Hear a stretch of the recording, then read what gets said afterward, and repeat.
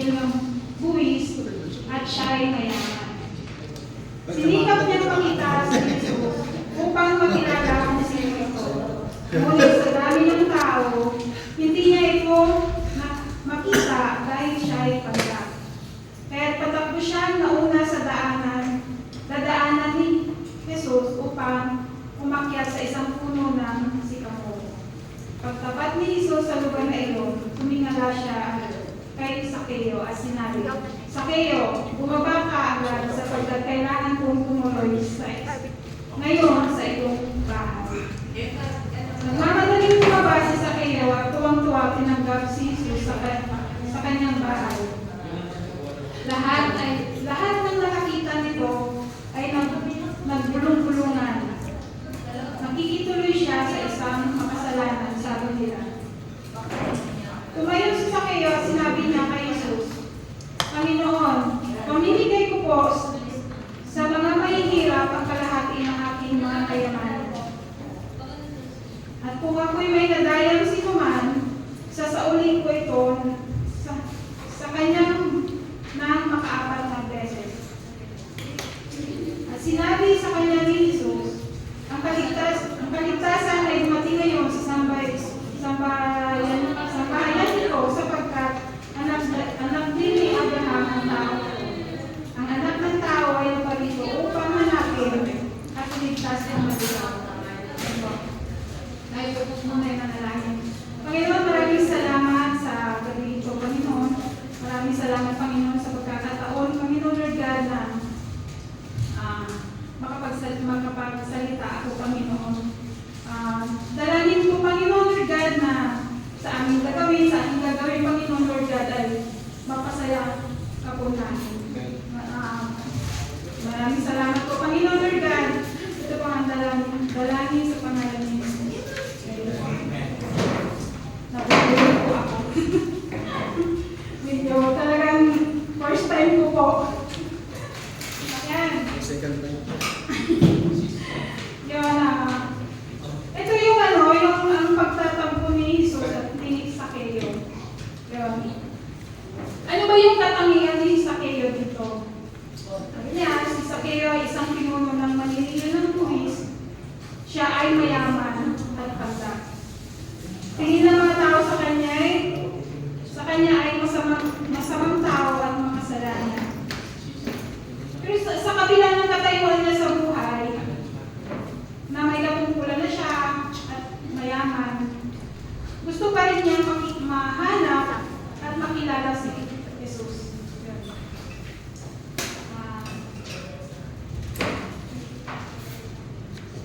Ngunit sa kagustuhan niyang makilala si Jesus, may mga balakid. Ano ba yung naging balakid sa kanya? Yun, yung maraming tao, yung crowd. Siya ay panta. Kaya hindi siya makalapit kasi sa dami ng tao. Kasi siya ay pantake. So hindi siya makalapit. Yun.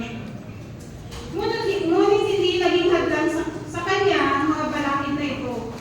Dahil gumawa siya ng paraan kung paano makalapit at makita si Jesus. Ginamit niya ang mga lakas. Yun, tumakbo siya at tumakyat sa puno. Yun. So, mayroon akong nato dito, tatlong principle na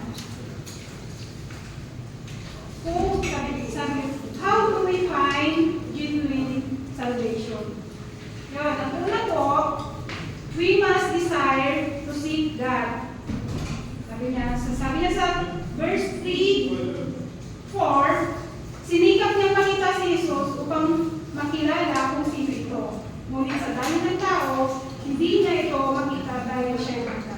Kaya tapos siya muna sa dadaanan ni Jesus at umakyat sa isang puno ng sikamo. Yun.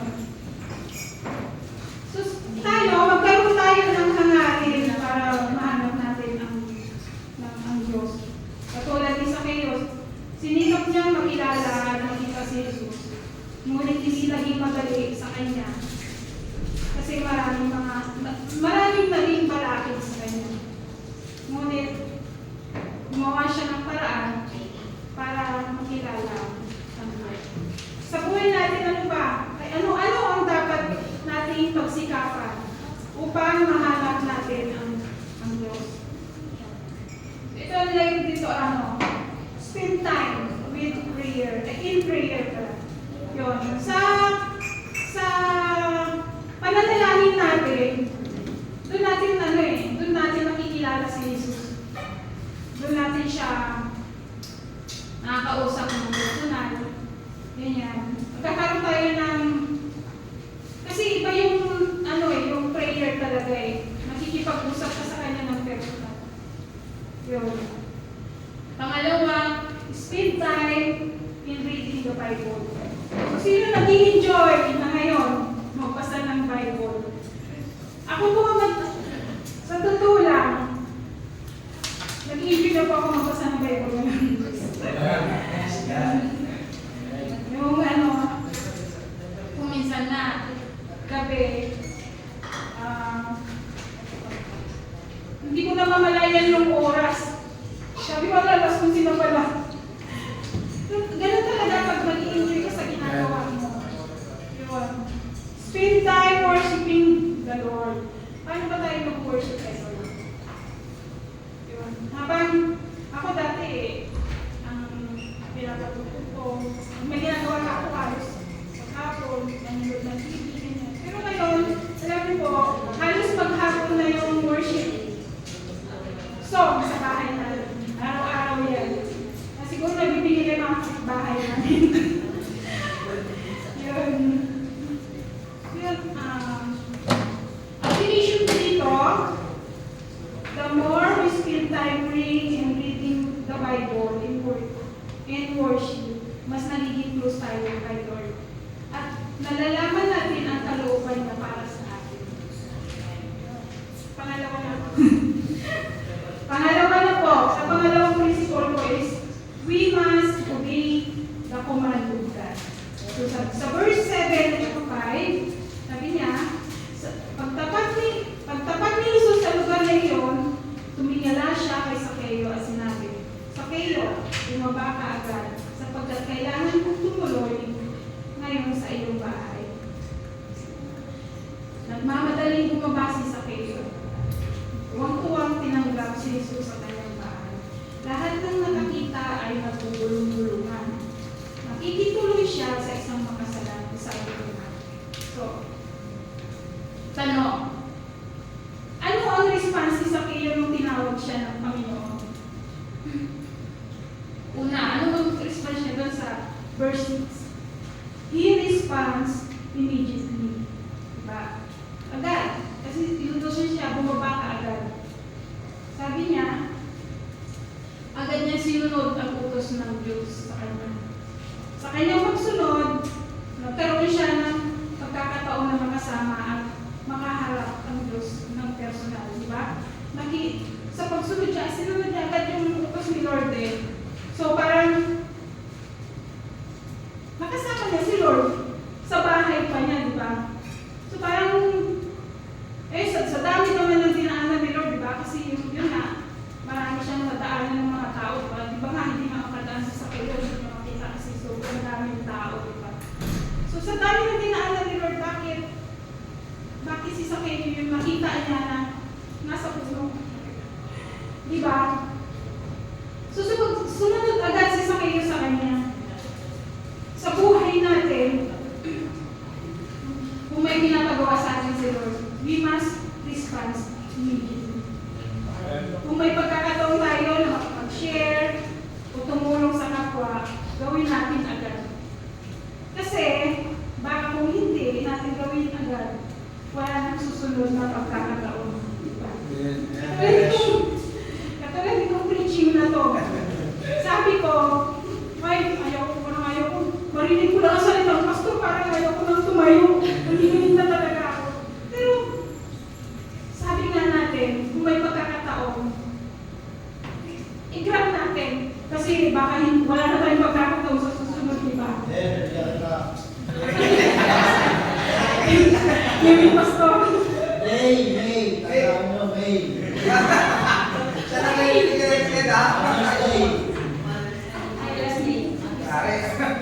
Sa totoo lang, yung pagkakataon talaga. Walang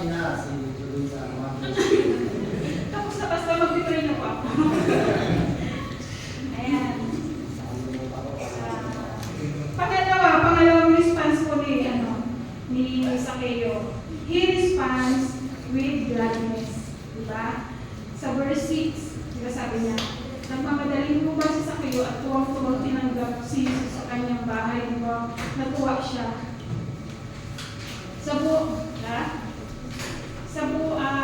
Sa buhay natin, sa bawat gagawin natin na may kagalakan, maganda ang magiging resulta at may kasamang pagpapala. So, naranasan nyo na yun yung masaya tayo sa ginagawa natin. Diba, ang ganda ng resulta? Kung may ginagawa tayo kahit na pagod tayo. Pero kung masaya tayo, hindi natin nararamdaman yung pagod eh. Kasi masaya tayo. Yun. Pangatlong response niya, he did not listen to the people around. Diba? Sa verse 7. Sabi niya, hindi siya, di ba nagpupulong-pulungan yung mga ano? Kung tawag sa panahon natin po, ano yung mga basher? Basher, di ba? Yan, nagpupulong-pulungan sila ng ikikuloy sa isang makasalanan. Marami siyang basher. Marami na injure. Sabi niya, hindi siya nakinig sa mga bulong-bulungan ng mga tao sa kanya. Ang tanging pinakinggan niya ay ang utos ng Diyos sa kanya. Sa buhay natin minsan, ang pinapakinggan natin yung mga sinasabi ng mga tao sa paligid natin. At kung minsan, yun din yung pumipigil sa atin para makapag-ano tayo. Yun din naging balakid na yung di ba pa nananampalataya ka ganyan. May mga balakid na hindi mo makaya yan. Diba? Parang ganun, ano ka naman yun? Wala ka nang galing ko ka lang naman. Parang ganun, diba? So, sa buhay natin, dapat yung sinasabi ng tao sa atin, hindi natin business yun. Business ni Lord yun. Ang business natin, yung sinasabi ni Lord sa atin, diba? Yun yung ano. Yan. Application natin.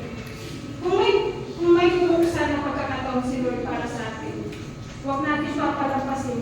Gawin natin agad. Kasi kung hindi, we never know kung magbubukas pa ulit. Yan, para sa atin, diba? Yan. Pangatlong principle. Bilis ko, diba? We must transform in the presence of God. Yan, verse 8. Tumayo si Zacchaeus, sinabi niya sa kanya, kay Jesus, Panginoon, pamimigay ko sa mga hirap ang kalahati ng aking kayamanan. At kung ako'y may dalayang sinuman, isasauli ko ito sa kanya ng makaapat na beses. So, dito nagbago yung pananaw ni Zacchaeus nung tinanggap niya si Jesus, diba? Meron na siyang fruit of the Spirit. Ano yung mga fruit of the Spirit? Siguro naman alam sa ito, diba? Galatians 5:22-23. But the Holy Spirit produces this kind of fruit in our lives. Love, joy, patience, kindness, goodness, faithfulness, gentleness, self-control. Yan. Nagkaroon na siya ng love. Diba? Nagkaroon na siya ng love para sa mga mahihirap. Yan. Kasi, handa na siyang handa na niyang iba yung kayamanan niya. Handa na siyang tumulong sa mga mahihirap. Yan. So, yung pangalawa, nagkaroon na siya ng joy sa buhay niya. Masaya na siya eh. Masaya na siya sa buhay niya. Bali, mas siguro dito makikita na wala nang talaga yung kayamanan eh. Nung natagpuan na si Jesus. Masaya na siya. Nakapiling niya yung Diyos ba? Yung si Jesus. Yun. Tapos yung nagkaroon na siya ng pagsisisi sa mga kasalanan niya. Diba? So, ang ganda ng ano ni Zacchaeus dito. Ang ganda na ang ganda ng nangyari sa kanyang buhay. Alam niyo po ba ang meaning ng pangalan ni Zacchaeus sa Hebrew? Pure, genuine, tunay, dalis, Dalisay. Yan po yung ibig sabihin ng Sakeo sa Hebrew. Yan. So, yung dati, yung pangalan niya, hindi naka-align. Hindi siya naka-align dun sa ano niya eh. Kasi pure siya eh. Dalisay. Pero, masamang tao siya, di ba? Masamang tao siya na hindi naka-align yung pangalan niya. Sa, ano, imagine mo kung Joy yung pangalan mo tapos lagi kang magkasipa mo, di ba? Kung Joy ka, lagi kang masaya, di ba? Kung Joy ka, lagi kang mabula, ay, ito pala yun. Pero promise ko, yung Joy,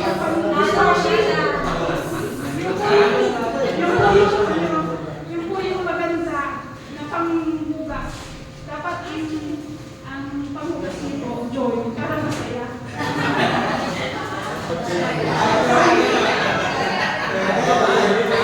Di ba po? Yan din po, bilhin nyo para masaya yung mga anak nyo maghugas ng pinggan. Di ba? Yan.